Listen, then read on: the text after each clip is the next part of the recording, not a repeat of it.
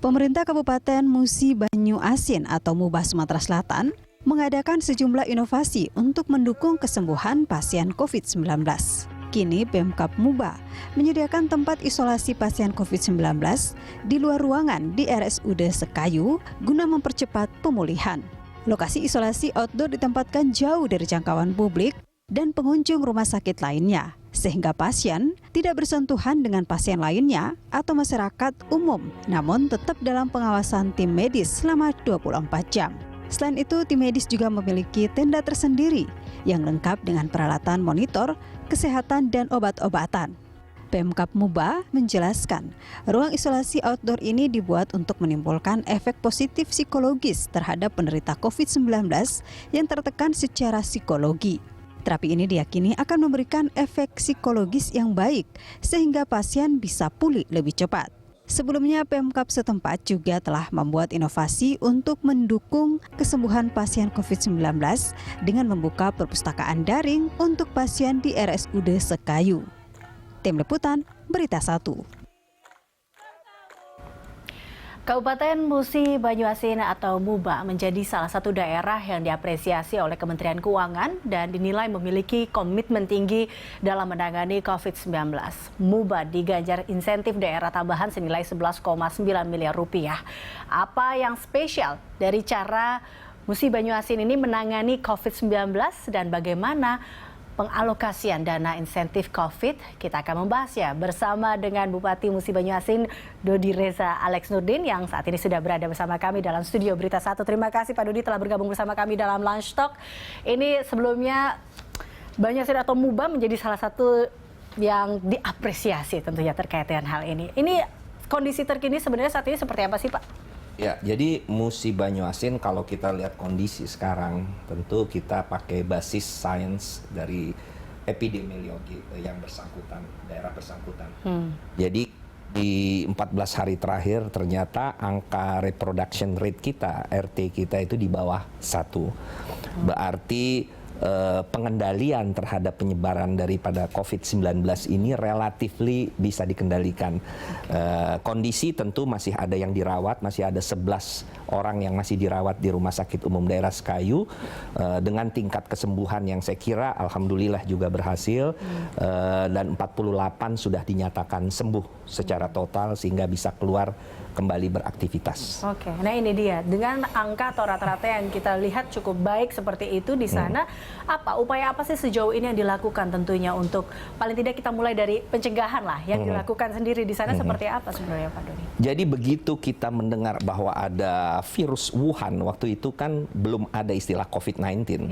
Bulan-bulan Januari itu masih kita dengar bahwa ada virus yang berasal dari Wuhan yang menyebabkan penyakit pneumonia. Jadi saya sudah mengeluarkan surat, waktu itu surat edaran pemberitahuan warning ke seluruh fasilitas-fasilitas kesehatan untuk mewaspadai kalau ada suspek yang memang ditengarai mengidap penyakit pneumonia dari Wuhan. Nah, begitu sudah berkembang dan menjadi COVID-19 ini kan ditetapkan oleh WHO, Mbak Eliza. Jadi kita mulai melakukan upaya-upaya pencegahan untuk penyebaran penularan. Dari situ satuan gugus tugas dibentuk, kemudian sarana prasarana ditingkatkan, di-upgrade. Saya ambil contoh misalnya kita mendirikan rumah sakit darurat COVID dengan kamar-kamar isolasi bertekanan negatif untuk level rumah sakit di kabupaten. Saya kira itu menjadi satu yang rujukan yang baik. Kemudian kita juga melengkapi tenaga-tenaga medis kita dengan sarana pelindung diri yang memang cukup. Kemudian diberikan insentif mulai dari 15 juta rupiah untuk dokter spesialis, 10 juta rupiah dokter umum, sampai satpam rumah sakit pun kita berikan insentif 1,5 juta rupiah. Sehingga mereka bisa care-nya itu lebih merasa terpanggil untuk bisa melayani pasien dengan baik. Oke, nah ini tadi kalau kita lihat di paket sebelumnya yang cukup menarik adalah terkait dengan saya baca di sini adalah ruang isolasi outdoor. Ini yang kita belum lihat saat ini. Ruang isolasi biasanya adalah ya kita tahu adalah ruang yang tertutup seperti itu. Nah, ini kemudian di sana dibuka atau dibuat seperti ruang isolasi outdoor. Ini apa pertimbangannya hingga akhirnya muncullah inovasi baru ini, bisa dikatakan seperti itu. Jadi gini, ini sebetulnya tetap kita ruang isolasi negatif, bertekanan negatif tertutup memang ada. Ya, dengan ventilator yang disiapkan. Tapi menurut penelitian ini rupanya ahli ini kan banyak benar referensinya, bahwa tingkat stres manusia pasien itu sangat berpengaruh kepada tingkat kekebalan diri atau imunitas. Sehingga diyakini kalau imunitasnya itu tinggi karena nggak stres, maka dia bisa melawan penyakit itu secara lebih cepat. Oleh karena itu ini sebetulnya terapi holistik. Jadi terapi tambahan, inovasi yang kami lakukan sebagai pendamping terapi konvensional dari medik. Jadi di sana kita bangun seperti camping ground, tentu dengan fasilitas kesehatan yang sudah disiapkan. Jadi pasien itu 2 hari 1 malam itu seperti outbound. Jadi mereka kalau malam membakar api unggun, pagi sarapan bersama, berolahraga, dengan tetap menjaga protokol kesehatan, dan tentu mereka ada tenda khusus untuk medis jika terjadi sesuatu. Nah, kami percaya bahwa ini bisa mengurangi tingkat stres mereka yang terkurung di dalam ruang misalnya 5 kali 6 meter selama berhari-hari, 14 hari, dengan mereka di alam bebas, sehingga itu menjadi salah satu peningkatan cara untuk meningkatkan imun tubuh sehingga lebih cepat keluar. Kenapa kami concern dengan pasien ini harus cepat disembuhkan?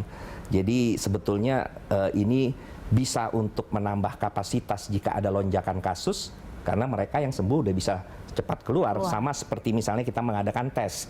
Kalau tesnya masif kan berarti bisa diketahui lebih cepat mana yang sembuh, jadi bisa keluar. Dan yang kedua tentu bisa menekan biaya operasional dari rumah sakit itu sendiri. Nah itu dia, kita juga tahu kan di awal-awal ini terkait dengan kebutuhan rumah sakit sendiri. Ini kan memang di beberapa daerah cukup sulit dengan kebutuhan-kebutuhan yang ada di rumah sakitnya, baik itu APD, masker, dan lain-lainnya. Di MUBA sendiri Pak, ini cukup tersedia seperti itu? Di awal-awal kami ngos-ngosan juga sebetulnya, karena awal-awal kan kita seperti kalau bergerak itu tuh galau. Kita menunggu pusat juga belum memberikan bantuan maupun guidance bagaimana bisa menggunakan anggaran untuk COVID-19. Tapi kami waktu itu berinisiatif. Jadi pertama mungkin di daerah kita, di provinsi kita itu yang mengadakan rapid test awal itu adalah di Musi Banyuasin, dengan anggaran yang memang kami khusus alihkan untuk itu. Waktu itu belum ada SKB 2 Menteri soal refocusing anggaran, realokasi anggaran, tapi kita antisipasi. Saya bilang dengan Dinkes, dengan Dinas Kesehatan, Direktur Rumah Sakit, oke lah saya pasang badan dulu untuk ini. Yang penting nanti memang ini digunakan secara benar-benar dan bisa melayani masyarakat. Dan alhamdulillah setelah itu arahan dari pemerintah sudah keluar, jadi kami mengalokasikan lebih dari 300 miliar untuk pemenuhan sarana prasarana kesehatan, termasuk jaring pengaman sosial, bantuan sosial, kemudian juga insentif tenaga medis, kemudian insentif kepada masyarakat yang terdampak dan lain-lain. Tentu dengan pertimbangan itulah mungkin pemerintah pusat memberikan apresiasi berupa reward, jadi dana insentif daerah, dan alhamdulillah artinya duitnya balik lagi walaupun memang nggak sebesar yang kami keluarkan, tapi itu bisa untuk menstimulir pertumbuhan dari ekonomi nasional. Nah itu dia, kalau kita berbicara ekonomi, kita tahu pandemi ini sangat berdampak sekali Pak bagi ekonomi kan. Dan ini di MUBA sendiri seberapa besar sih, dan bagaimana Anda mencegah agar tidak terjadinya ya tadi ya dampak yang begitu besar terhadap ekonomi sosial di MUBA sendiri? Bagaimana Anda menekan itu tentunya? Pertama Mbak Eliza, saya yakin bahwa masyarakat yang terdampak ini dia harus dikurangi bebannya dulu. Bebannya dikurangi sehingga mereka bisa hidup sehari-hari dengan tanpa mereka harus misalnya melakukan aktivitas waktu itu ya, kita kan ada pembatasan waktu itu untuk mencari nafkah mereka. Sehingga kami meluncurkan jaring pengaman sosial sebagai suplemen dari bantuan dari pusat. Jaring pengaman sosial? Ya, social safety net, jadi dari APBD kabupaten. Berupa bantuan langsung tunai. Nih saya mau cerita, mungkin gini, memang ada APBN dari Kementerian Sosial yang memberikan bantuan langsung tunai untuk masyarakat. Tapi jumlahnya nggak mungkin cukup. Karena memang pertama, DTKS atau Data Terpadu Kesejahteraan Sosial itu kan harus diupdate dulu. Itu datanya data lama, siapa-siapa yang menerima manfaat. Dan sekarang itu tuh program sudah dari beberapa tahun yang lalu. Sedangkan COVID-19 ini baru tumbuh sehingga orang yang rentan miskin, yang miskin kronis itu makin banyak. Jadi saya lihat ini nggak mungkin cukup kalau hanya mengandalkan pusat. Jadi saya siapkan anggaran dari pemerintah daerah untuk memberikan bantuan langsung tunai kepada masyarakat yang nggak tercover bantuan pusat. Jadi Rp600.000 per bulan per keluarga selama 3 bulan. Saya buatin tuh kartu ATM-nya gratis tanpa biaya, dan nanti dananya langsung ditransfer ke rekening keluarga masing-masing.